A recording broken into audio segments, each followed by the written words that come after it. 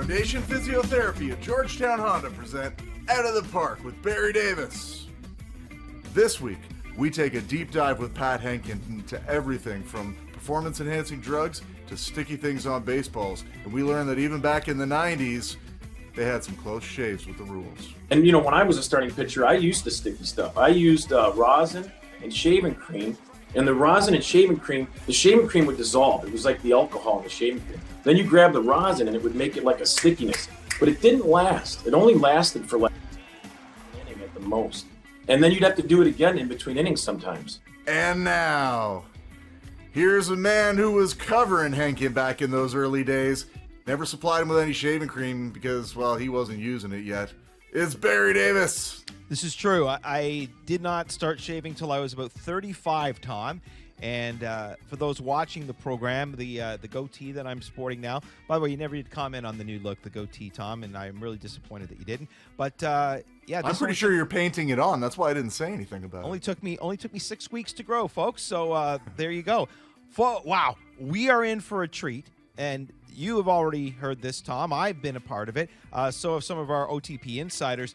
Tom, I got to tell you, Pat Hentgen opens up on a number of subjects, including, of course, the sticky tack.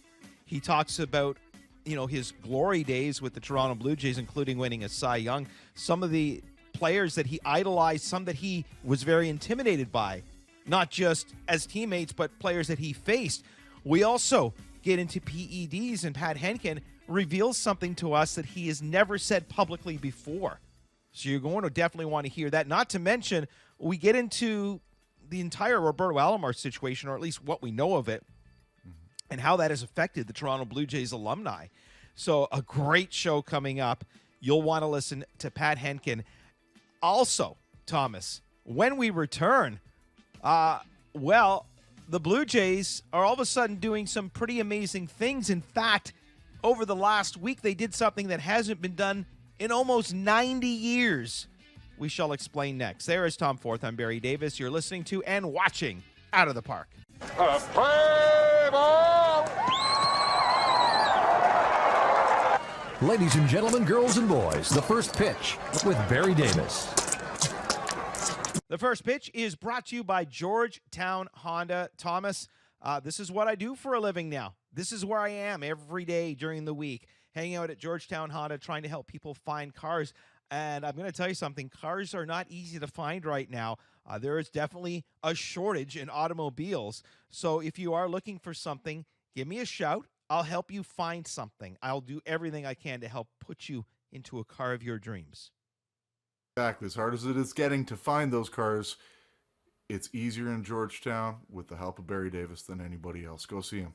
That's right. And if you come see me and purchase a car from me and say, I listen Out of the Park, I will offer you a $100 gas card. How about that? I think that's I'm going to come and I'm going to see you. Yeah, you got to buy a car though, Tom. Okay. Yeah, okay. Tom, last week we went into the fact that you can't make too much of this. Well, if the Blue Jays are going to make the postseason, they're going to have to play 600 ball the rest of the way, and the other teams are going to have to do this. And, well, you know what? The Blue Jays have gone a very long stretch, and as we speak now, they've just come back and tied the Baltimore Orioles in the first game of their series. The Blue Jays were playing 1,000 baseball over a span. So you can't, as you said, you can't look too far ahead. You have to look at the situation the where it is right now. And the Blue Jays are right there chasing a postseason spot. And oh my goodness, this is fun. What I'd mentioned about almost 90 years, the last time the New York Yankees played a 4-game series and didn't have a lead once, 1924. Just think about that and how incredible that is. Such a display of dominance in one of the hardest places to go in and play. And the Yankees didn't have a lead in the series. They didn't even come close to having a lead. They never, were there any interesting games?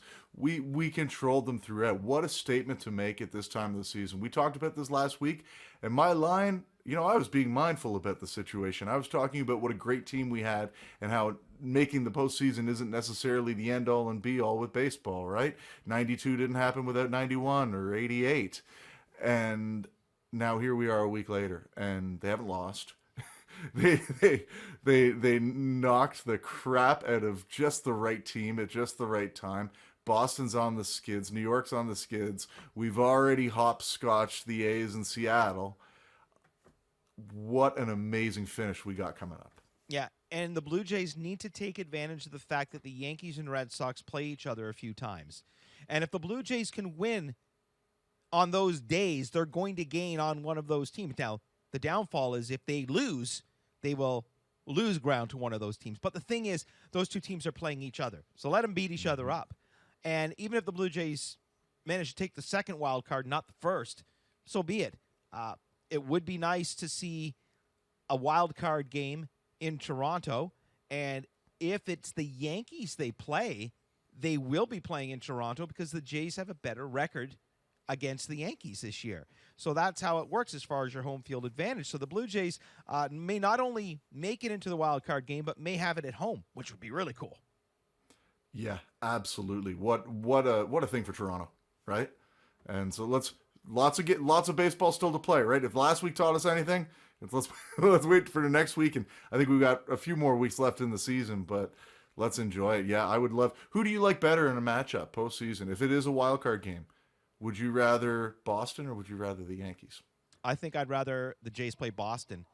I just think that there are more holes in that team right now. I think the Yankees just have this way of they always find a way to get that dramatic win when they just seem to be written off by everybody. And I just don't want the Blue Jays to have to face Brett Gardner, who is probably hitting .050 against the rest of baseball, but against the Blue Jays, he always seems to bring his best. So, yeah, great week for the Blue Jays, and we'll see how this thing plays out. This is going to be a lot of fun down the stretch. I do want to make mention of a couple of things. First of all, got to give it up for Joey Votto. If you missed it, we're going to play you a little bit of something he did for a young fan who has been suffering from cancer.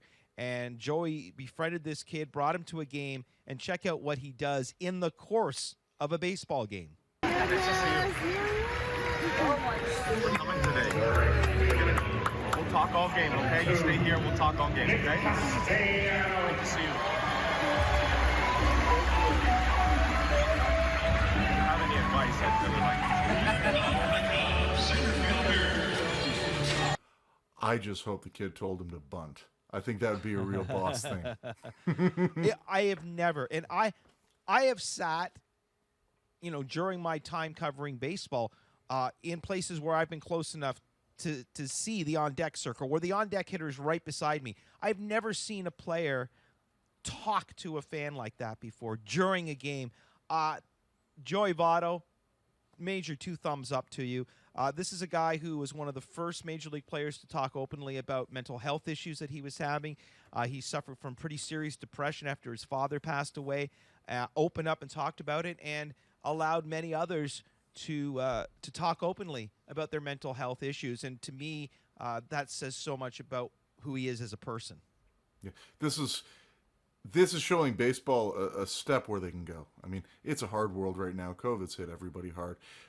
Organizations right now that have this power to go out and just, this is one kid, but how many reach out initiatives like this could baseball and baseball players do? It could be such a huge force for positivity in this world that needs one. So right now, this is one story that's amazing. I hope it's the first of many. I do too. Well, speaking of amazing stories, there are many that you are about to hear, folks, from, in my opinion, one of the greatest Blue Jays all time, a guy that really deserves a lot more praise than what he's had in his career. He's won a Cy Young. He's won a World Series. He's been an All-Star. And now he's just a tremendous spokesman for the organization. Pat Hentgen coming up next. There's Tom Monberry. You're listening to and watching Out of the Park. Last season, he was 5-1 and had fine performances. An 0-2 pitch and another strikeout. What a start for Pat Hentgen. So a few have struck out a dozen. No one has struck out 13 until Pat Hentgen did it. Here's the 3-2 pitch. He struck him out. Pat Hentgen has thrown his first big league complete game. picture you in my mind. I just keep hoping one day you're going to come back with the handlebar mustache. I mean, that was of all the Pat Hentgen looks. And I will tell you, as ugly as those uniforms were back in the day, the handlebar mustache really helped bring out whatever good was in that uniform. Yeah, it's funny, that mustache. I kind of had a baby face when I signed it at 17, and it took me a long time before I could grow facial hair, and I finally was able to grow that mustache, and I felt like it wasn't very thick and it wasn't that good. And I remember one time when I was pitching, I looked up at the jumbotron, and it was a side shot, and my mustache looked like it was sticking out like Jack Morris's, and I remember thinking, "Oh my gosh, that looks ridiculous." And then my wife was teasing me; she didn't like it, so I shaved it off like a couple starts later. And I remember Canseco, when we were teammates that year, came up to me. He said, "Hey," he goes, "can I give you some advice?" I said, "Yeah." He said, "Grow that stash back." He goes, "You look like you're 20 years old out there." Jose Canseco now I think Jose is kind of like lost it. I don't know if you ever see any of his tweets or posts, but he's waiting for the aliens to come and take him away and stuff. But when he came to the Blue Jays, I know as a young media guy, I was intimidated by him. I didn't know how to approach him, how to talk to him. But once I kind of broke down those barriers, I realized he's really just he's not as tough as the exterior shows. As a teammate, did you guys find that out too? That as you got to know him, that whole facade that he has underneath that, he really wasn't as a big mean guy. Yeah, it's funny when players switch from team to team year after year after year, they tend to have a real tight knit circle when they join a club. And Canseco was only there 1 year, so he wasn't like super open and had a big circle of guys that he hung with every night. He was pretty tight with about 3 or 4 guys. But yeah, overall, man, he was fun. He was a great player. I think he helped Sean Green and Delgado offensively. And he was just a gifted player. I really liked him. I thought he was a good teammate, and he was a heck of an offensive player, as everyone knows. And the funny story about Canseco is I was friends with Terry Steinbeck years ago when we played, and he told me Canseco was a great outfielder when he first got called up defensively. Like, this guy could play. And basically, in MLB, guys don't get paid for great defense. They get paid for offense. And unfortunately, that's where players strive to be the best player. And when you stop working on your defensive skills, you see the defense kind of goes like this and the offense goes like this. But yeah, he was a great player all around. Were there any other players you came across in your career that might have had a reputation like that, as being maybe a little bit of a troublemaker, and then you get into the clubhouse with them and you found that, the public perception was completely off from what that player actually brought? Ricky Henderson comes to mind. I played against Ricky for years, and, he was such a great player. I mean, to me, top 3 or 4 all-time players, or 5 for sure. And, when he came over, I realized, first of all, how confident he was. But it was a good thing. It wasn't like he was bragging a lot. It was just the fact that he had this inner confidence about him. A quick story. Stewart and I were in the clubhouse in Baltimore, Dave Stewart and Ricky. And I was in the cafeteria, and it was at that time the locker room. I don't know if it's changed, but at that time it was just one big square, and then there was a tiny square off that was a cafeteria. We were in this tiny little square eating, and it was just me, Stu, and Ricky. You know what they were arguing about? They were talking about who was going to get the ALCS MVP. We were going to play the White Sox that year in the playoffs. We had already clinched, and we were just winding down the season, getting ready for the playoffs. And I remember Ricky and them talking about, I'm going to get it. I'm going to get it. Oh, bullshit, I'm going to get it. And I remember just thinking, holy man. And I think Stu got it, if I'm not mistaken. But Ricky was that guy that people perceived him as being, flamboyant and a guy. But I guarantee his teammates loved him. I guarantee the guys in Oakland liked him too. Why is it that there aren't other Ricky Hendersons out there? Because, you look at pitching, and pitching's gotten faster and faster as we've gone along. So obviously stolen bases are going to be harder to come by. But the players, I believe, are running faster than they were in the 90s too. Why is it that we're not seeing a Ricky Henderson blasting 100 stolen bases in a season anymore? Analytics. I mean, the analytics will tell you that it isn't worth the risk of trying to get thrown out, trying to steal and you take a chance getting thrown out. You only get 27 outs. You don't want to make any outs on a base pass. And I think analytically they've looked at that and said, we just don't know if it's worth the risk, the reward versus the risk. And, quite frankly, nobody's is going to be like Ricky Henderson. He was unbelievably durable. He was an unbelievable offensive player. To get all those bases, you got to be on first base. So, on top of that, he was a 300 hitter. First ballot Hall of Famer. So you're not going to see a lot of guys like Ricky Henderson run the bases anymore like that. I don't think you will. I mean, you might have guys that do it, but it's the durability that is, and this is longevity that is just so different than everyone else's. Pat, you mentioned, and we talked about how guys sometimes the way they're perceived are different than the way they are. And we're seeing a lot of not just professional athletes, but celebrities in general going out on social media and almost, within a few words, destroying their careers. I mean, we've seen Jack Morris do it recently. I know that there are some others that, things they've said or things they've tweeted have completely, upended their career. As a former player, when you're on social media, because you have a social media page, do you have to almost think 2, 3, 4 times before you hit post just to make sure that what you're saying is not going to upset certain people? Well, I mean, there's no doubt with the culture we're living in today. It's like, you think about, I watched that game. I went back and listened to what Jack said. And unfortunately, he was just trying to be funny. I think anybody that knows Jack knows that he's not like that and that he was just trying to be funny.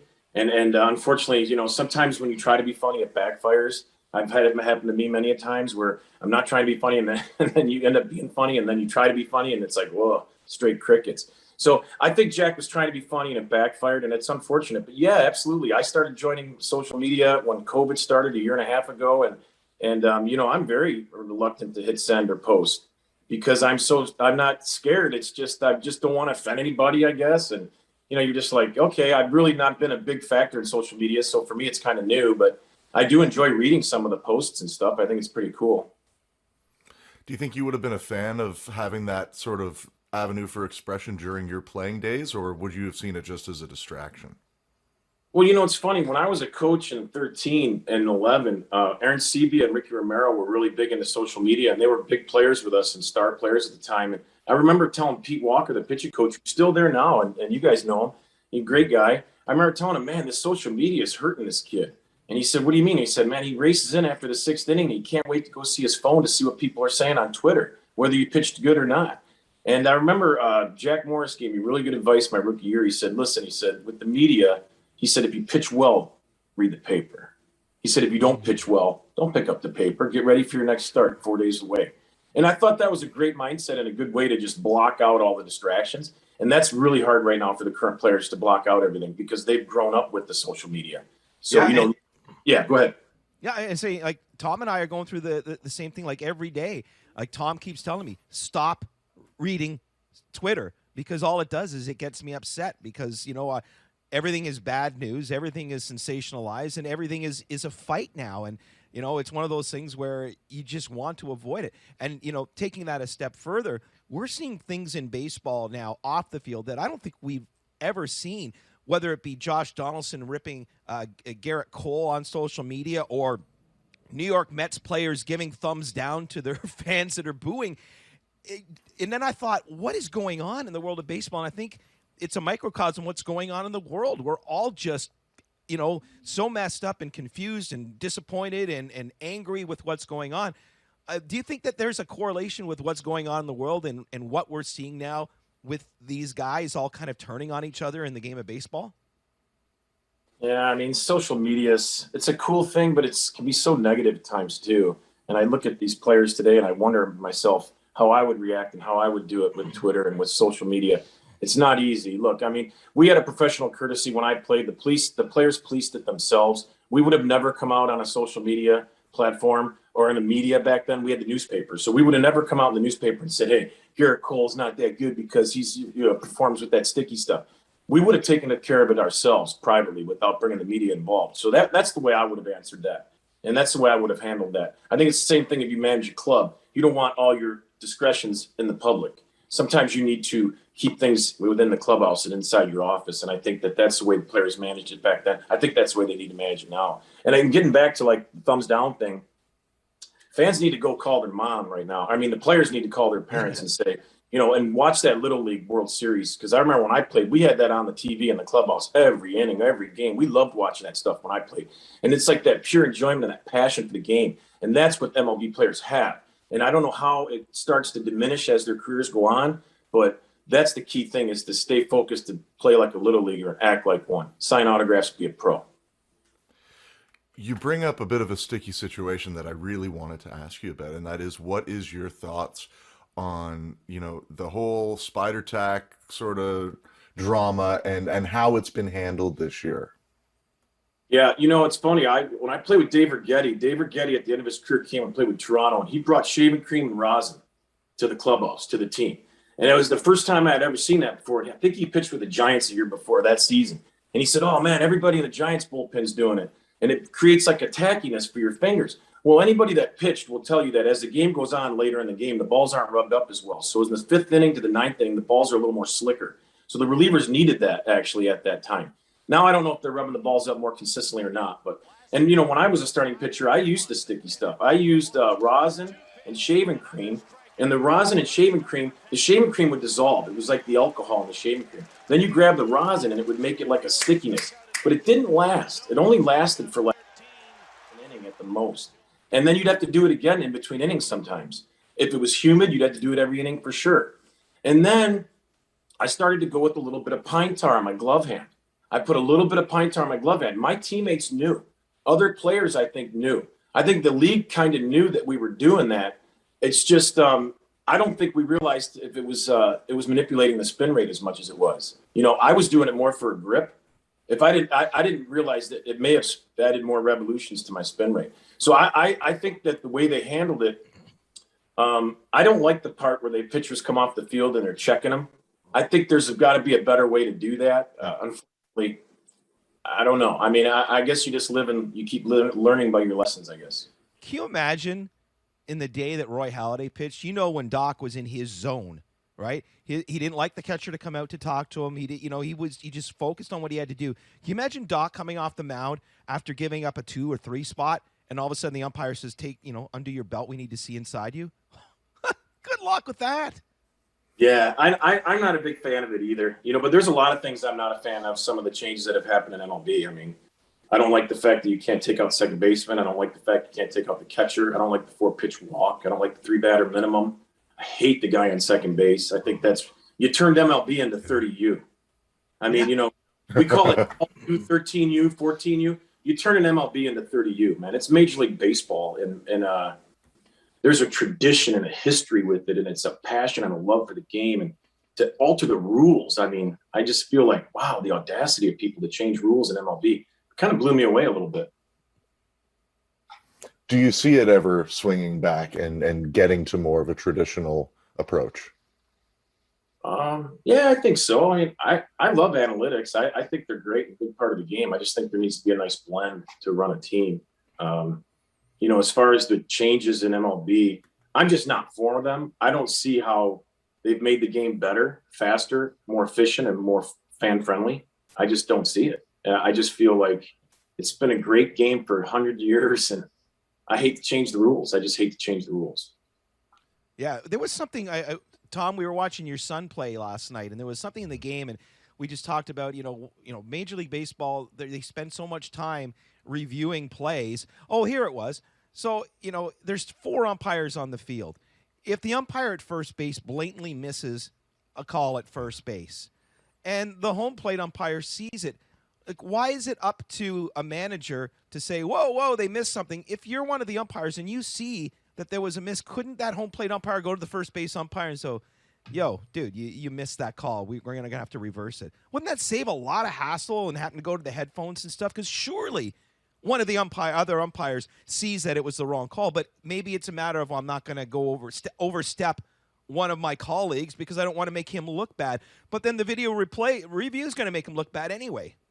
Yeah, no, I know you're right. I think maybe it is the umpires, just kind of professional courtesy. Don't want to make them look bad. That could be it. I don't know. I think with replay, I like replay. I like parts of it. I just, like you said, I don't like the manager having to come out and determine when they're going to watch the replay and when they're not. Just replay everything. Yeah. Just put a Bluetooth umpire in the booth and just replay every play. And except that, of course, when you have runners on base, you can't really do it as often, quite honestly, because of the ghost runner thing. But yeah, it's crazy. Some of the changes that have happened. I still love MLB. Everything I have is because of MLB. And I'm a huge fan, and I love to endorse the game and everything. But it does kind of make you scratch your head when you see some of the changes that have happened. It's still a great game, still the quickest game, still the fastest game, still the best. Major League Baseball is the best baseball in the world. And it's just a global game. It's so exciting. Look at what the guy in Anaheim's done. I mean, are you kidding me? Ohtani? That's awesome. It's so cool to watch. Yeah. How is it a player like Ohtani? Is that just coming up in a different system? Like, do we filter people through as pitchers and fielders maybe too early, so we're not getting those people at a major league level that can hit as capably and field as capably as Ohtani if they're a pitcher? Yeah, great question. I encourage all the kids to play all the sports and play all the positions as long as you can. I know for sure there could have been guys in the big leagues that could have done what Ohtani's doing. Maybe not 40 homers, but I could tell you right now there are guys that easily could have pitched in the big leagues and still been great hitters. First guy that comes to mind is Olerud. I mean, Olerud was like 13 in college ball, and he was great. And I remember the front office at the time, they were deciding on whether they should hit him or pitch him. And he was just so good at both. I think he could have easily done both. I think there's multiple guys. Wasn't Winfield a great pitcher? Cal Ripken, great pitcher. I mean, all those guys, a lot of those Hall of Fame players were all great pitchers. They were just so good at hitting and running. It's harder to find that guy than it is to find a guy that can pitch. And likewise, there are a lot of pitchers out there, and when you do see them get some at bats over the National League, you see they can hit. You can see they can field their positions. For you personally, Pat, do you remember the moment in your life as a younger man or even a young boy that you made that decision that pitching was where it was going to be for you? Because there was really no, Ohtani option, that you were just going to make it into the big leagues as both. So when did you decide that pitching is definitely your thing? I didn't get to decide. They told me. Who told you? The scouts? Yeah, that's pro scouts. And I got drafted out of high school. I was shortstop up until 8 games into my senior year. I played shortstop. And then I went into the high school coach and I said, hey, listen, I said, I pitch in summer ball. And I said, I could pitch. And he's like, well, we're a better team when you play shortstop. And then I finally went out and pitched because we didn't have a rain out. And we couldn't pitch the same kid every game. And then I got the pitch and I pitched a good game. He called me and he said, I'm sorry, man, we are a better team when you pitch. And then you're going to start pitching. So I started pitching. Next thing you know, I got D1 schools coming to watch me pitch. And then the D1 schools called pro teams. And I ended up getting drafted. So I did not have a choice. They told me, you're getting drafted as a pitcher. Are you good with that? And I said, yeah. So how excited were you though when all of a sudden your coach sees you pitch and says, we're better when you pitch? That's got to be incredible to hear as a young guy. You know what? I mean, a 17-year-old high school senior, I played summer ball against the guys that I went to high school ball with.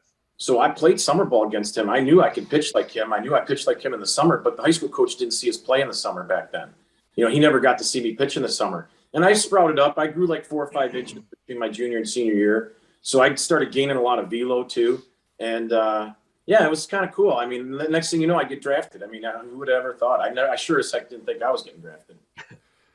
See, you get drafted, and obviously you have a fantastic career. You go into the development part of the game after with the Blue Jays for years. As a pitcher and as someone in development in the game, is there a magic recipe for success pitching at the major league level? Because you came to it late. I believe we've talked to a whole bunch of former Blue Jays pitchers, and it seems for everyone that pitched since they were 5, there's someone like yourself who really didn't start pitching full-time until late in high school. Even university or college, Jesse Litch, I believe, comes to mind. He didn't even start pitching until then. So if you're trying to build a professional pitcher, do you start him at 8 or do you start him at 18? You're asking for your own self, aren't you, with your 11-year-old son? Yeah. Yeah. So here's what I would say if I had a son and played ball. I would have him play as many sports as he could, fit in the calendar year without overlapping. I would play as many multiple positions as I could because playing shortstop helped me become a quarterback. When I was quarterback in high school, it made me a tougher player in baseball. Being in the huddle on a Friday night with the crowd, you don't get that in baseball in high school. You get that heart pumping adrenaline going in football. You get that camaraderie and you get that huddle feel. You don't get that in baseball. You don't get that in basketball. So I would have missed out on that if I wouldn't have played high school football. So I encourage all the kids to do that. As far as pitching, I would actually throw. I have no problem pitching at a young age. All the kids that are 8, 9, 10 years old, we all did it. We all throw. I threw a ton. I feel like if you throw with good mechanics, you can throw. I wouldn't throw you around, but you could throw with the proper mechanics. You could really build up your arm strength at that age 9 to 15.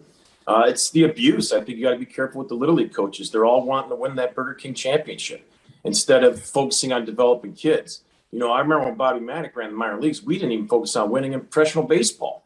We were focused on developing players and getting them to the big leagues. And I see so much in amateur baseball right now. It's just win, win, win, win, win, win, win. And I get it. I love winning. I'm as competitive as anybody you'll meet. But the bottom line is, yeah, if it was my son, I want to develop him. I want him to develop in stages. I want to see him mature before he starts spinning breaking balls. Instead of seeing these 12-year-old kids throwing breaking balls that are sidearm and they're on the Little League World Series, but check them out 7 years later. Where are they at? I want the kid that throws four-seamers all the time at 12 years old, and he's still doing okay. Because that kid's going to learn how to spin the ball. That kid's going to learn how to be a pitcher. And I think that he'll develop and become a better player. Pat, let's go back in time now. In 1991 is when you made your debut in the majors with the Blue Jays. September 3rd, in fact, against the Baltimore Orioles. You're one of those rare guys that was with the team so long that you went from the wide-eyed rookie to the veteran that the young wide-eyed rookies look up to. What do you recall the first time you walked into that clubhouse and saw some of the names that were around back then? Because, I mean, you look back to 1991, I mean, even pitching-wise, I mean, you had Hentgen and Ward, and you had, I think, David Wells was on that team. I mean, you were surrounded by some pretty intimidating guys there. Dave, Steve, Jimmy Key, Hentgen, Ward, Eichhorn. No, Eichhorn was 92. Candiotti, Guzman and I pitched in AAA. Guzzi got called up before I did. Yeah, it was, you walked into that locker room, you were just like, what the, you're a lifelong minor leaguer, career big league fan, and all of a sudden you're up there walking around in that locker room. I'll never forget, Vince Horstman and I actually had the locker in the Bat Boys locker room because there were so many extra players in September. And I remember we would hurry up and get changed and then go back out in the locker room because it was kind of embarrassing that our locker was a third of the size and shoved into the back corner of the locker room with all the Bat Boys. But hey, it was cool. Vince and I, we talked about it years later, and we both loved every minute of it, and we do it again in a heartbeat. So it was a cool feeling to walk into that locker room. I just saw on Twitter that today's the 30th anniversary of my Major League debut. Oh, wow. So there you go. Yeah, I just saw that before I got on with you. And it was Bob Melvin, the manager of the A's. And a quick story about my debut. Yeah. So back then, we all sat on the perch in the bullpen above the home run wall. And Wardo and Hentgen always sat in the same two spots. Hentgen could see down at the bullpen coach, John Sullivan. The phone was down there. Sully was down there. I was a starting pitcher. Cito called down in the 5th and said, Hentgen has the 8th and 9th. He called down in the 5th because he knew it took me a little longer to get warmed up. I was groomed and developed as a starting pitcher. It took me 15 minutes to get going. So that's the type of feel that Cito had, right?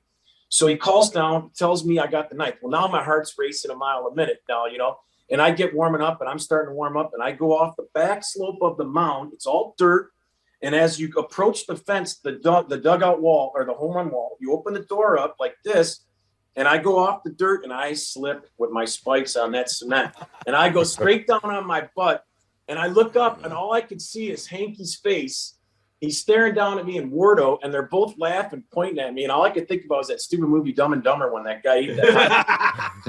And they're pointing at, what a goof. Yeah. So anyway, and then I get up, I stand up, and my heart's racing. And I remember running out on the turf at the old turf. And I remember just not even feeling the ground.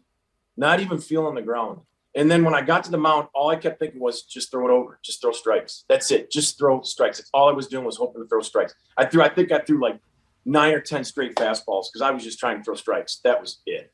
And I mean, I'm lucky got out of it, but it was a great thrill.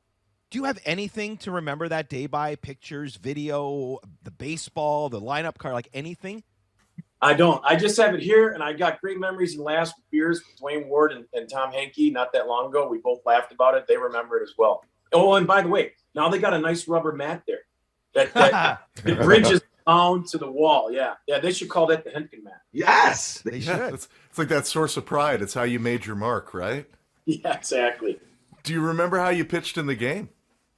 Other than the 9 straight. I just saw it on Twitter, 2 scoreless. I remember striking out Bob Melvin, the first hitter I faced on 5 straight fastballs. I remember that. After that, I don't remember much, yeah. You mentioned getting up on that mound, and I remember that you were one of the biggest proponents always of the Rogers Center or Sky Dome mound. So I want to ask you, what was it about that mound, or still is to this day, because you still hear pitchers talking about they love the mound there. So what was it? I'm guessing, I'm no scientist, but I think it's temperature-controlled dirt. I got to think that's what it is. It's the temperature-controlled dirt that is just so perfectly manicured. The oil has got, the dirt has the exact amount of moisture in it so that your spike just doesn't, there's no give. And when you have a hole and you got a guy that you're facing, and his hole's here, and your hole's here, you're landing funny each time. And it becomes kind of something you got to deal with. I mean, every pitcher's got to deal with this. Relievers, it's even worse because they come in, they got 9 guys that have already pitched. So there's holes and marks all over the mound. As a starting pitcher, we have that luxury. So what was nice about our mound was that it had that clay it was a fixed clay that was the same every time. Who had the worst mound? Were there places that you just went, oh man, I'm going to have to really work to get this mound the way I like it today? No, not in the big leagues. Every mound was perfect. Every mound was beautiful. The only argument I would have with fields was temperature and humidity. That was the only thing. And no one has any control over that. So Was there one field that comes to mind that you just felt like you owned? You know, I felt like I pitched pretty well in Oakland. I liked pitching in Oakland, but I don't think my numbers were all that great. But I just love the temperature of that coolness in the air in the evening. And I'm a big sweater. So I like that part. The teams that I didn't like to face were Texas, Baltimore. Texas was for sure. I didn't like pitching there. It was so hot. Baltimore was really tough in the summer. St. Louis was kind of tough in the summer at times. But it was more humidity for me. You know, going back to what you were talking about as a rookie and having to be in the bat boys or whatever little locker area, it made me think about in Boston at Fenway Park in September when you're the road team.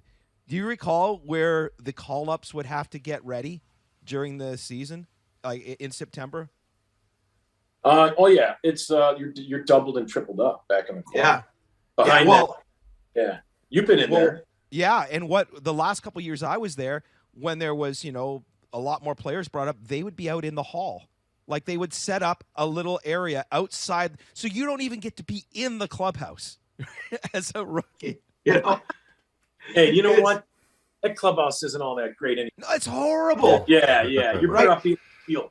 Fans love Fenway Park, but anyone who's played there or myself that's worked there, I mean, you've probably never been up to the press box at Fenway Park, right?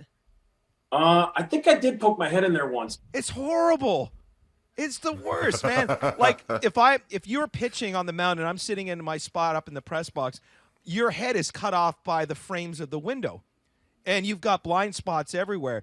The walk. How do you describe the walk from the clubhouse to the dugout? Because every time I see a player doing that walk, I'm thinking they're going to trip and they're going to hurt themselves. Yeah, Detroit was like that too. Old Tiger Stadium. The tunnel was like if you were 6 foot, you hit your head.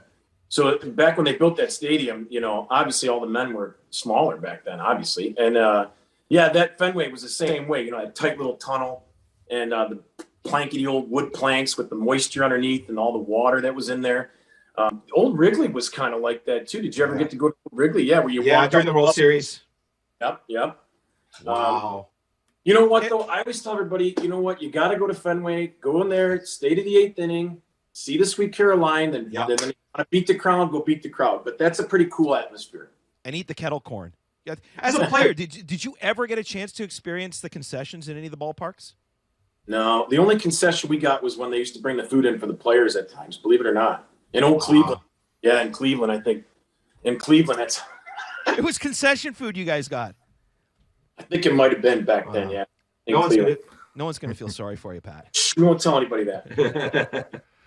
What team put out the best spread for the players? I hear it's New York. It's the Yankees that put out the best food. Nowadays, for sure. Nowadays. But back then, who was it that, as a visiting player, was there one city you were like, oh, I can't wait to get in, get the crabs in Baltimore? Or...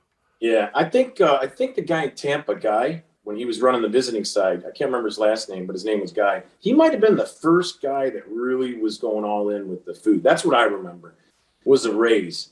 But yeah, of course, I've been to the Yankees. I was there in 2013 at New Stadium as a bullpen coach. Yeah, it's fantastic. Spreads from here. It's like 50 yards long, the food spread. It's incredible.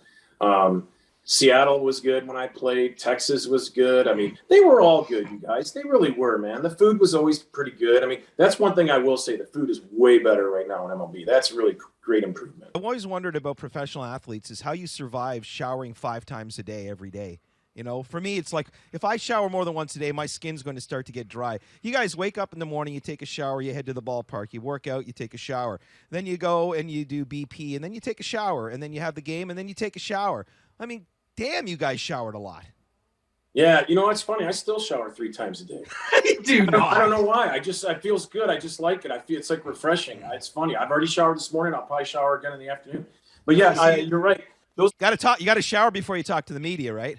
I play ball with guys. You put the oil all over while they're showering because they get so dry. You know, that just happens. You know, everyone's got to manage your own skin, I guess.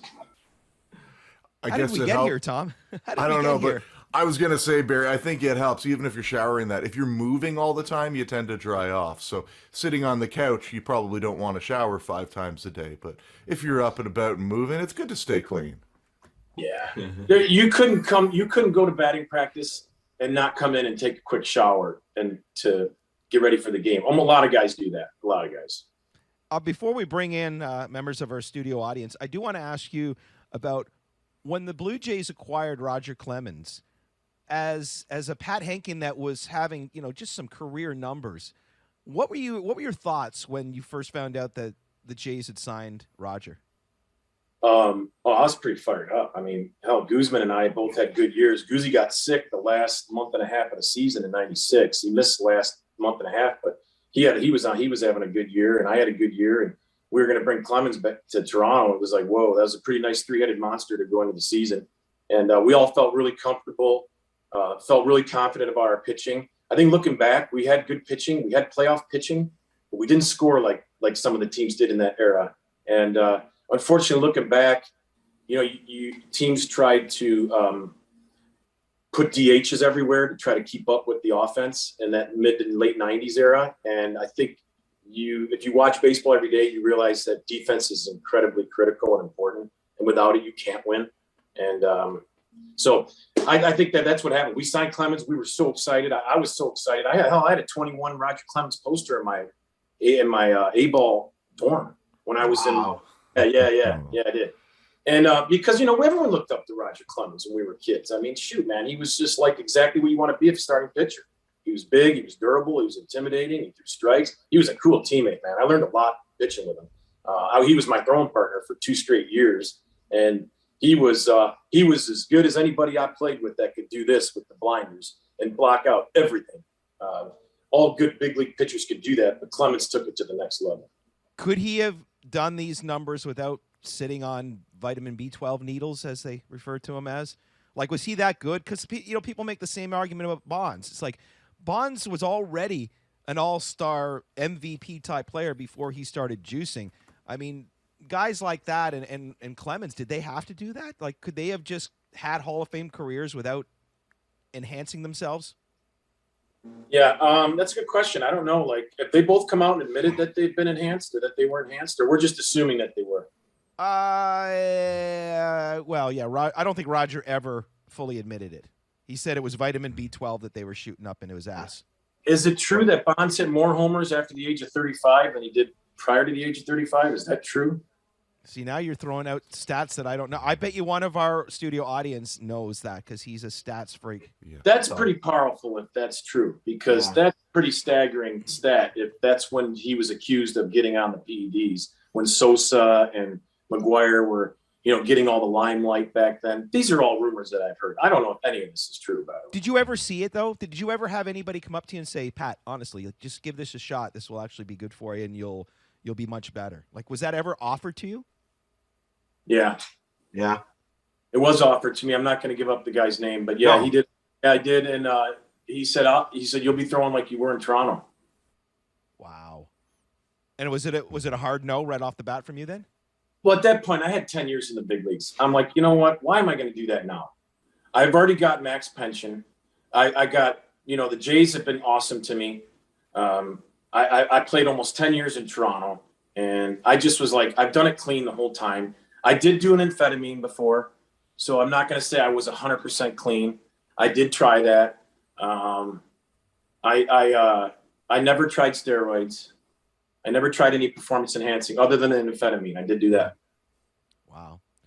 All right, let's bring in the members of our studio audience, Pat. And this is one of the cool things we get to do here on the show is we, allow our fans to come in and actually interact with you. And we've got a number of faces that you probably have never seen before and some that you have seen before. In fact, we've got a really cool story that we're going to begin with. And we want to actually begin with Jody. And Jody, you've got just an incredible Pat Hentgen story that you would like to share. And I'd love you to be able to share it with us and with Pat. Good morning. Hi. Hey. So pre-COVID times, the Blue Jays had their My Blue Jays program, and hopefully someday it comes back. And my best friend and I alternate years, which one of us buys our ticket pack. We're not season ticket members, but game pack members. And they do lottery systems where you can use your points to buy ballots in to get cool things. And I won, and it's always very short notice. I won dinner with a Blue Jays alumnus, and they don't tell you who it's going to be until like after you won, by the way. And we were lucky enough for it to be our friend Pat. And it turned out that the night of the winning was my best friend's birthday. So my best friend and I, and my son, and my best friend's brother, all went down to the keg in Toronto, downtown, not the mansion, but the financial district one. And we sat and had dinner with Pat and two members of the Blue Jays staff. And it was a glorious evening. Pat sat and engaged with us and listened to everything we had to say for hours. My son kind of, zoned out and laid under the table with his tablet and watched TV. And Pat didn't kick us out. We all got tired and it was time to go home. It was great. You remember that, Pat? Oh yeah, of course. Yeah, the son was fun. He was, it's just typical. How old was he back then? How old was your son? He's 11 now, so I think he would have been 8. Yeah, so that's that perfect age. They got that phantom about. And he's an ADHD kid too, so That was fun, man. That was good. That was a cool night. Yeah, I remember the kid. How cool was that? Like, first for you, Jody, I mean, you have no idea who you're going to see, and then all of a sudden there's, Cy Young Award winner Pat. I'll never refer to you as a former Cy Young Award because you have the Cy Young, right? So you are a Cy Young Award winner, not a former Cy Young Award winner. And, I mean, you show up at dinner and there's Pat. First of all, how many bottles of wine were consumed at that dinner? I don't think we had any wine. Yeah, I don't think we drank wine. Yeah. You're more of a beer guy? I like red wine. I like red beer. I mix it up. It up. So how cool was that for you, Jody? Like, did you get to a point, and I found this with you, Pat, is that, and I think this is why the young players took to you so much, is that once they get to know you, the whole, what people, again, it's the perception of Pat Hentgen. He's a major league player. He's won a Cy Young Award. He's won a World Series. But at the end of the day, you strip all that down, you're just a dude, right? You're just a really nice dude. How important was that, for you, Jody, to see? And then Pat, to follow up after Jody answers, how important is that for you to be that kind of person? Jody, start with you. Yeah, well, I mean, before you started doing Out of the Park Zoom style, you did regular Out of the Park, and we had the opportunity to listen to you chat with guys, and sometimes you chatted baseball and sometimes you chatted just their regular life stuff. And I had put on your most recent, I guess, Out of the Park with Pat in the car on the way down so that Keith could listen, my son, so that he could listen and kind of get to know who it was that we were going to see, because clearly, he wasn't around in the 90s. So Pat had been talking about going to his daughter's rowing or something. Yeah, rowing. Yeah, in that one, right? So we had something, tangible, not baseball related, to hold on to going into meeting you. And we didn't talk baseball all night. I think we talked all sorts of stuff. And I mean, at the time you were still employed with the Jays, in town, on and off and stuff. So we talked about all sorts of stuff that night. Like I said, we were there for hours. Yeah, I agree. We didn't talk baseball at all. I don't think Not we a lot. talked baseball much at all. I remember thinking that when we got in the car and I was driving back with the two Jays staff members, I remember saying, boy, we didn't talk baseball much, but it went by fast. So that's a good thing. And it was good. I mean, I had a good time, and You can't ever complain about the keg. That's good food. As a professional athlete and a celebrity, especially back in your days when you were playing, was it hard to not get caught up in the hype of Pat Hentgen? Was it, because for many people it is like when you continuously get told you're great, people cheer you on, 50,000 people see you at dinner, they want to see you and talk to you. How hard is that to not, get in your head? Yeah, it's a cool feeling for sure when you first go through that phase of your career. But baseball, especially at the MLB level, it's so humbling and so hard. I mean, at the time you think you're good on Monday, Tuesday, Wednesday, you're terrible by Thursday. So it's like, man, it's a tough game to stay confident. But yeah, it's a cool feeling when you're walking down the city and people recognize you and stuff like that. There's no doubt. The one thing that was nice about playing in Toronto was that I live 4 hours from Toronto, for one. It was really convenient for my wife and family. But the second thing was when we went on the road, we didn't get recognized as much as the U.S. players. Like we talked about Canseco. I remember when Canseco came to Toronto, he couldn't go anywhere on the road. He couldn't go anywhere in a hotel or a restaurant. Everybody recognized him. Whereas Blue Jay players, we were able to get away with a little bit more incognito type of thing, around other teams and other cities. Awesome. Jody, great question and great memory that you shared. Thank you so much for that. Let's bring it over to, let me just make sure we get some audio from you. Sue joins us now. Sue, say hello to Pat. Hi, Pat. It's Hi. great to see you. You look great, and I love your stories. And I couldn't agree with you more about the changing rules. I don't like them either. And I thought what you said was great about having a sort of Bluetooth umpire in a booth, because sometimes when you're watching TV and you see that box, the calls that they get wrong are just, it's frustrating. Anyway, apart from all that, I dug out an old Full Count Fan Club magazine. Remember that? Yeah. In that, it said something about you got the nickname Momo. Did you ever find out how you got that nickname? And another couple of questions, if you have time.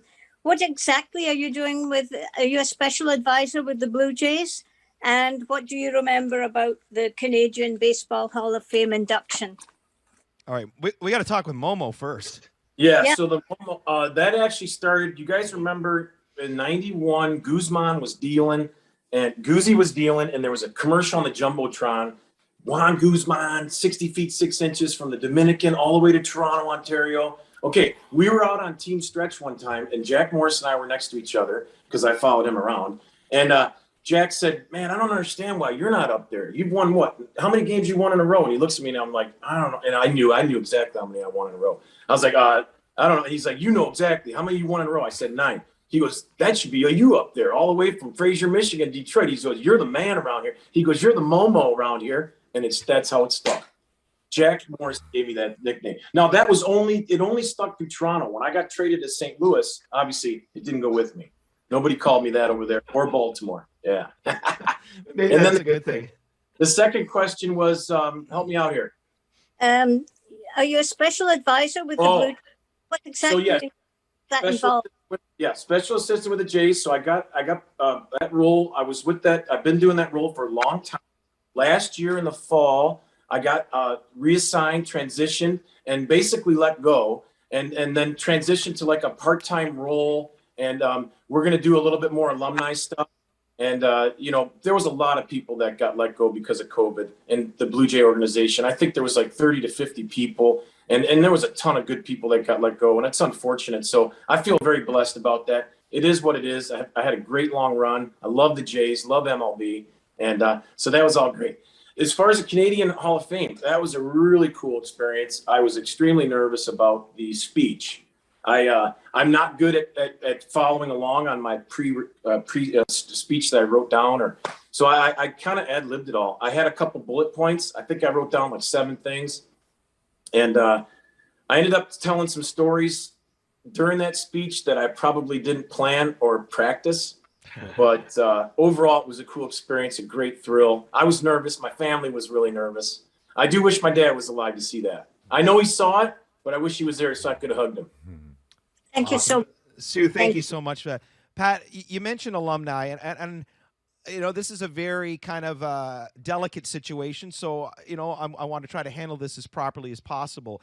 But as an alumni, how hard is it now to not have the face be Roberto Alomar anymore? And whatever happened in his past, regardless, but just from a standpoint that this was the most decorated Blue Jay of all time, the man who put up the best stats of any other Blue Jay, a Hall of Famer, to see everything that has crashed, just from a baseball standpoint, just from a fan standpoint, how sad is it that, he's no longer that?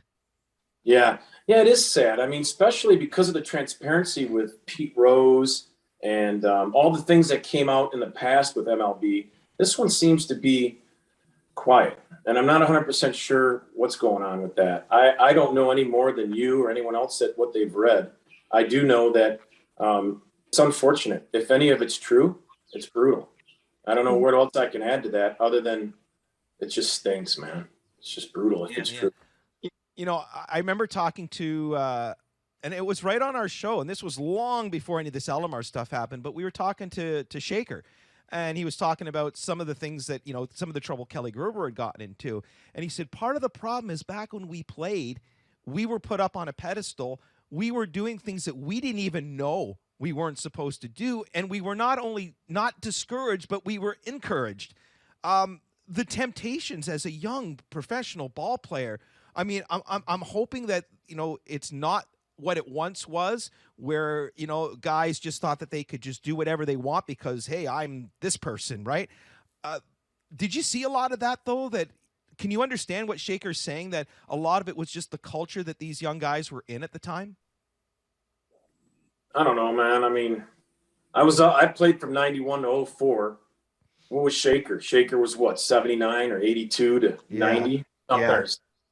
So, I mean, he's a decade before me. I don't know. Maybe it was a little different when he played. I don't know. I played. I mean, what's right and wrong, man. I mean, you're raised by your parents. You know what's right and wrong. I don't know if you can blame it on an excuse of what era you're in. That's my opinion on that. Well, very well said. Very well said. Sue, go ahead, Tom. Sorry. Does it worry you when you see MLB and Rogers, obviously in this particular instance, come down and, act unilaterally and just sort of end Alomar in baseball? And as fans, as public, there's no transparency. We're not exactly sure what's happened. Does it set a troubling precedent going forward when people can just get wiped and, for no reason at all? Well, I don't know if we want to say no reason. We don't know. No. Obviously not in this situation. But if MLB can take someone out and not be transparent about the reasons why, does this lead us down a path where 10 years from now, someone says the wrong thing that maybe isn't good for MLB corporate sponsors and they get wiped from the game? And if there's no transparency, how will we as fans know? Is that taking us to a troubling place?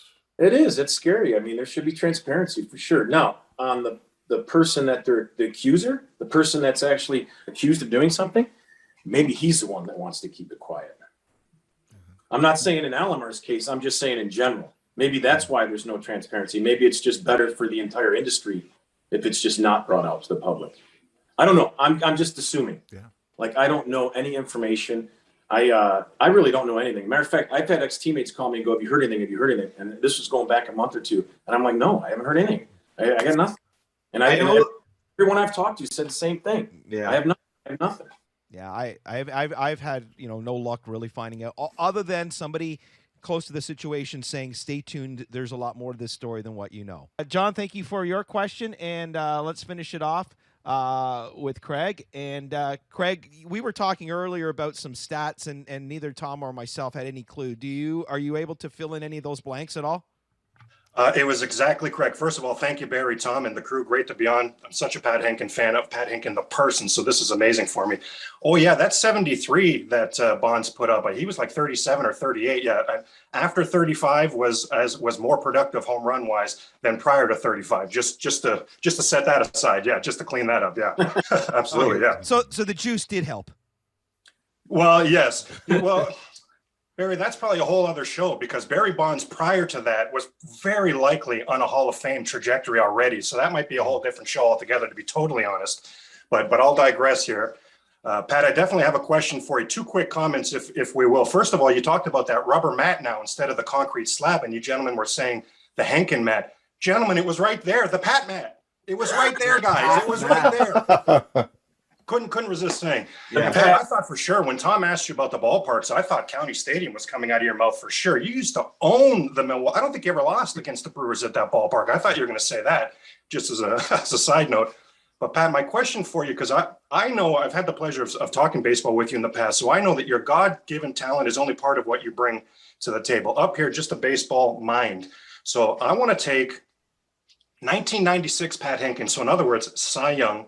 I want to bring him to the present. And if it's 1996, then Charlie O'Brien's your battery mate. He comes with you. You're on the mound at the Rogers Center. Shohei Ohtani striding towards the batter's box. Charlie O'Brien calls time, comes out to the mound. He's going to discuss with you, Pat, how you're going to approach a sensational hitter like Shohei Ohtani. What's that conversation like, Pat? And let's get between your ears here. And let's hear, how would Pat Hentgen go about approaching a hitter as special as Shohei Ohtani? Hit him. Hit him. Hit him. Yeah. Hit him and move on. Is anybody on base? Oh my God! Oh, we're setting up the scenario. Pat's He's- going deep. yeah, You know what? He's Pat, taking like a I don't know. picture here. Let's go top of the 10th. Zero I got- runner on second. Ooh, Runner on Oh yeah. the Ghost Runner. Yeah, there we go. Yeah. the extra inning thing. I'm not Yes. going in. Put it in. I'm not going. I don't want to go in the 10th inning with a guy on second. You know what? A lot of times it's what's working for that day, how you're going to attack a guy. Ohtani's a guy that kind of is jumping out of the box, just like Ichiro did. So what we did against Ichiro, and I know you can't compare the two because the one's got a lot more power, but Ohtani is a guy that lunges. So for me, I would try to stay down and away, and I would try to throw soft away because I feel like if you try to throw hard, you're kind of in his path. And again, I didn't watch a ton of video on him. I went a lot on my instincts when I was playing.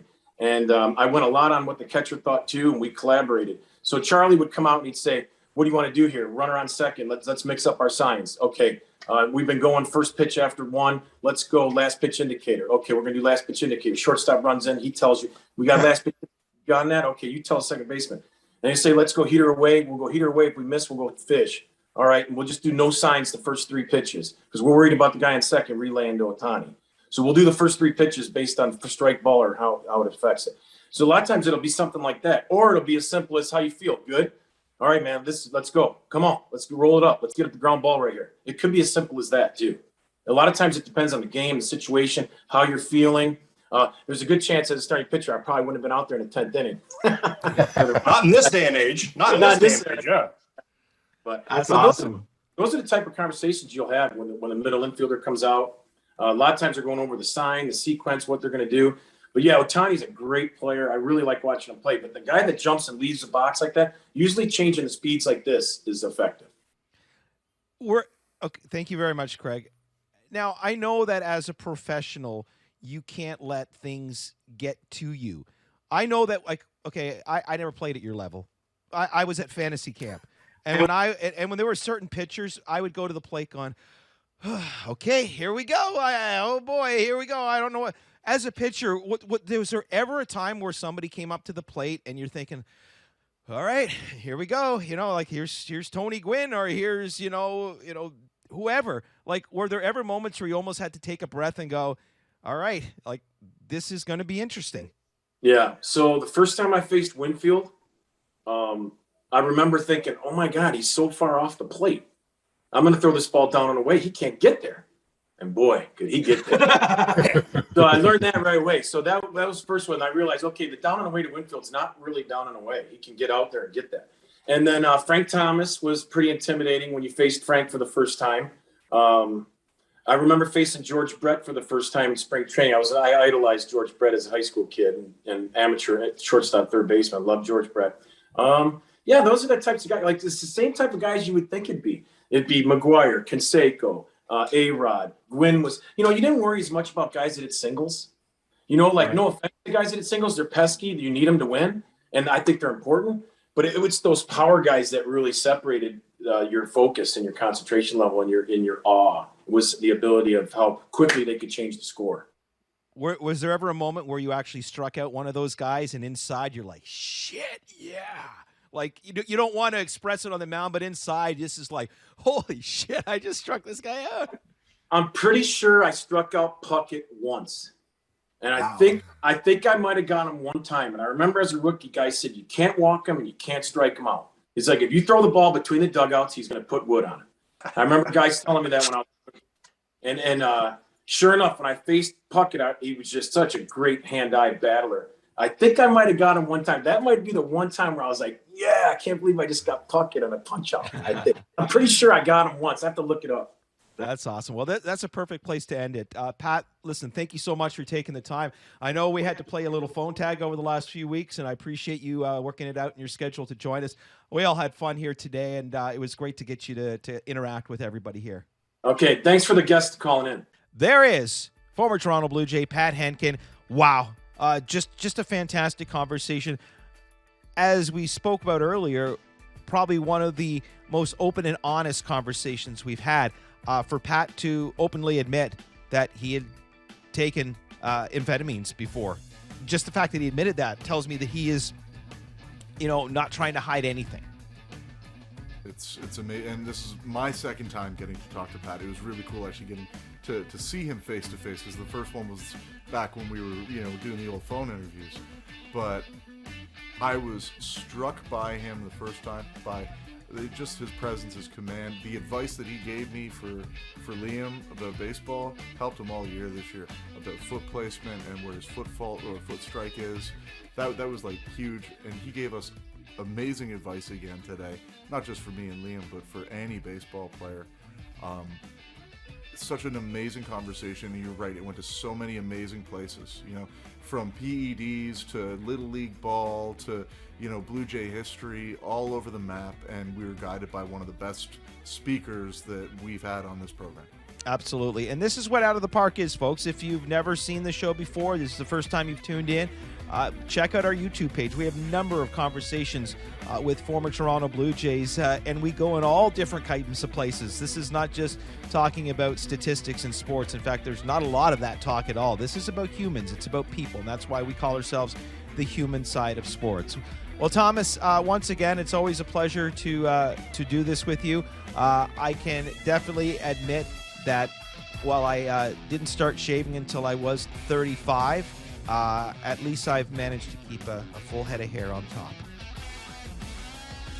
Well, me too. I don't know about that. Listen, I shaved this. This is voluntary. Okay. Yeah, it is. And I think it's also very sticky, too. So you may want to clean that out. Tom, thank you as always. And folks, thanks to all of you for making us a part of your week.